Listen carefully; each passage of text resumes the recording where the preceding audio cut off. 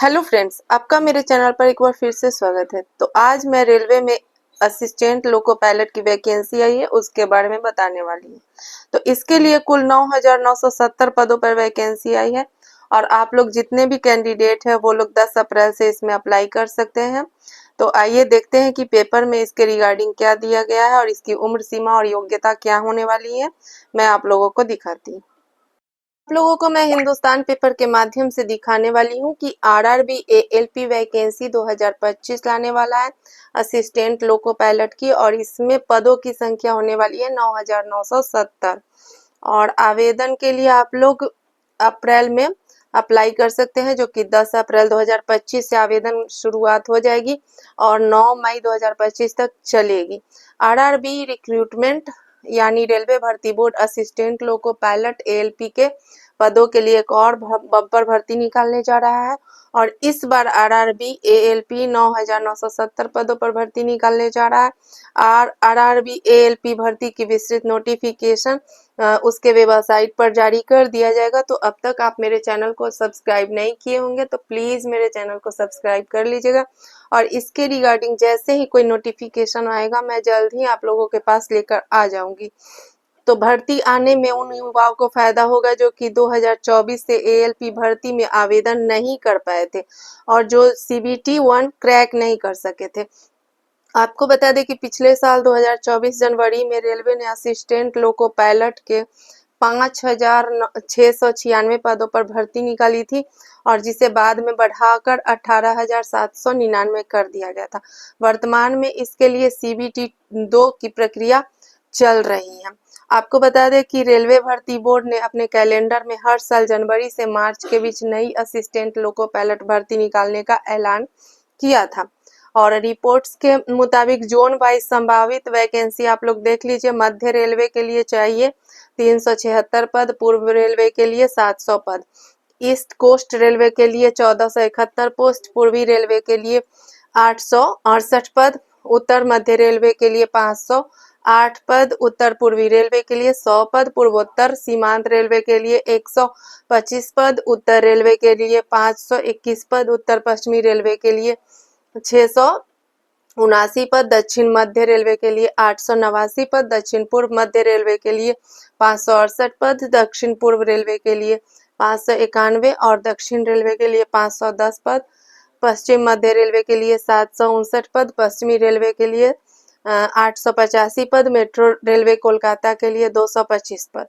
तो यहाँ पे पदों की संख्या मैं आप लोगों को दिखा दी हूँ और यहाँ पे आप लोग देख सकते हैं पिछली भर्ती के आधार पर आरआरबी एएलपी भर्ती की संभावित योग्यता और चयन प्रक्रिया। योग्यता इसमें है 10वीं पास एवं आईआईटी या फिर 10वीं पास एवं संबंधित ट्रेड में 3 वर्ष का इंजीनियरिंग डिप्लोमा किया हो। डिप्लोमा की जगह संबंधित ट्रेड में इंजीनियरिंग डिग्री भी स्वीकार हो। आयु सीमा 18 वर्ष से लेकर 30 वर्ष तक हो।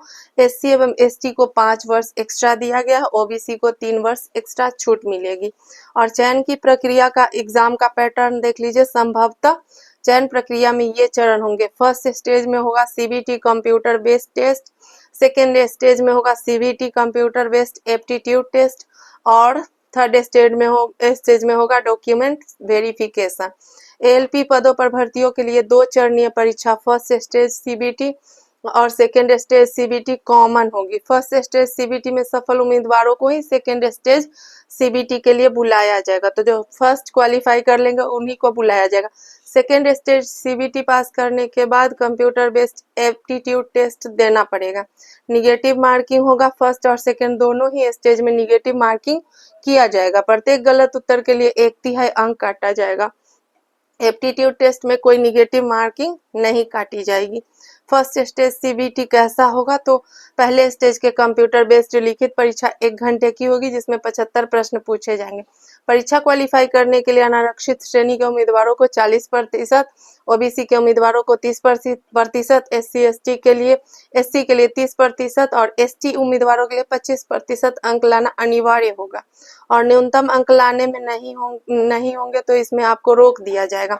आगे की प्रक्रिया में आप लोग शामिल नहीं हो पाएंगे। इसमें आएगा आप लोगों का math, reasoning, general science, GK, current affairs से जुड़े प्रश्न पूछे जाएंगे। तो आप लोग अपनी तैयारी को बेहतर बनाइएगा, जो लोग भी इसमें फॉर्म फिलअप करने के लिए एलिजिबल होंगे। और सेकेंड स्टेज सीबीटी कैसा होता है, पहले स्टेज की परीक्षा क्वालिफाई करने वाले उम्मीदवार दूसरे स्टेज में बैठ पाएंगे और यह परीक्षा 2 घंटे 30 मिनट की होगी। पेपर 2 भागों में बटा होगा, ए और बी पार्ट में।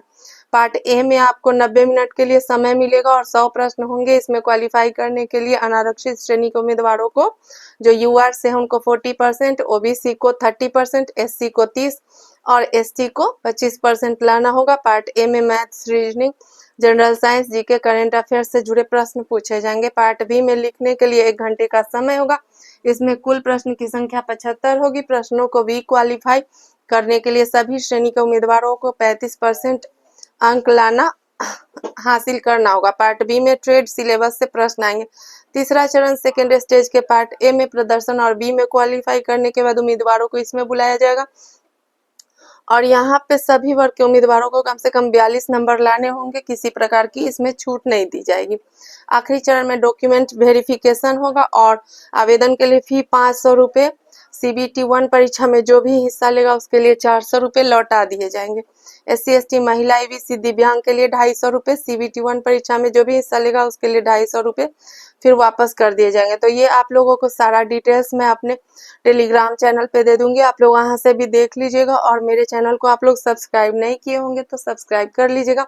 वीडियो पसंद आती होगी तो प्लीज़ लाइक, शेयर, सब्सक्राइब करना नहीं भूलिएगा। और वीडियो पे बने रहने के लिए आप लोगों का बहुत बहुत धन्यवाद।